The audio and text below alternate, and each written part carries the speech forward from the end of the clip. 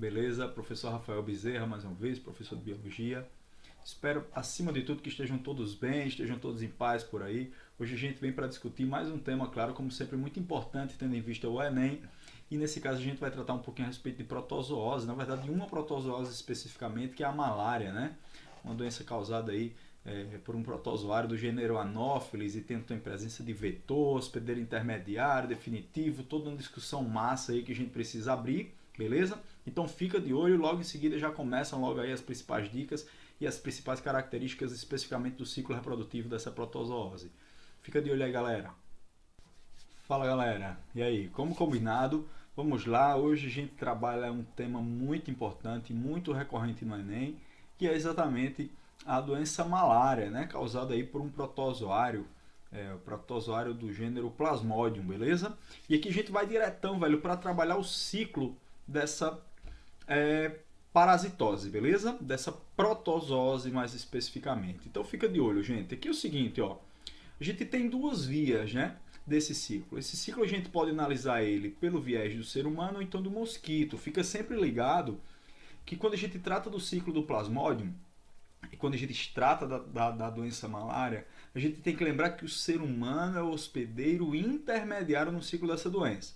E o mosquito é o hospedeiro definitivo no ciclo dessa doença. E aí a gente termina tendo que trabalhar esse conceito que é muito importante, que é exatamente a gente identificar que o indivíduo ele vai ser o hospedeiro intermediário no ciclo de uma doença quando nele, no hospedeiro, o parasita realiza o processo de reprodução assexuada. Beleza? E alguém vai ser hospedeiro definitivo no ciclo de uma doença quando nele, no hospedeiro, o parasita faz reprodução do tipo sexuada. E aí a gente vai se certificar desse comportamento do Plasmodium no mosquito e no ser humano a partir de agora. Fica de olho, gente. Olha só como é que funciona no ser humano, beleza? O mosquito vai perfurar a pele, naturalmente por meio da saliva do animal, caem formas que são denominadas de esporozoítos. Lembrando que o Plasmodium ele faz parte da classificação dos protozoários dos grupos que não apresentam estrutura específica para locomoção. Mas o esporozoíto a gente vai perceber que ele apresenta forma que é fusiforme. Então dá uma olhada, ó. Vai succionar o nosso sangue e os esporozoítos terminam caindo na nossa corrente sanguínea. A partir daí, eles vão se diferenciar, vão ser deslocados pela corrente sanguínea e vão atacar as nossas células hepáticas. Nesse momento são formados merozoítos, ok? Nesse momento, gente, os merozoítos eles saem dos hepatócitos e terminam indo até as hemácias. Então eles retornam à corrente sanguínea, tudo bem? Na corrente sanguínea existe uma reprodução, especificamente nas hemácias, que a gente chama de reprodução por esquizogonias. São formados os esquizontes e é nesse momento em que se tem o sintoma mais típico do Plasmodium, porque as hemácias vão ser destruídas e vão ser liberadas enzimas, inclusive chamadas de merozoínas. O Enem já cobrou sobre isso, então fica ligado, ok? Com a liberação dessas toxinas, o indivíduo tem, como eu falei, o quadro sintomático mais clássico, que é exatamente o quadro febril acentuado, né? Daí a nomenclatura de febre terçã, febre quartã, ou então acesso malárico, beleza? Olha só o que é que acontece, ó. Hemácias são destruídas, liberação de toxinas.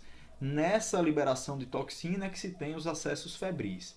E agora fica de olho, porque esses merozoítos que foram liberados, eles podem ter duas vias. Ou eles retornam para atacar novas hemácias, é uma via possível, então alguns deles vão para essa via, e outros merozoítos eles terminam indo formar os gametócitos, ok? Então olha só o que acontece, ó. Algumas delas vêm atacar outras hemácias e outros vão exatamente formar os gametócitos. Detalhe, percebam que ao longo desse comentário a gente não viu em nenhum momento o processo de fecundação.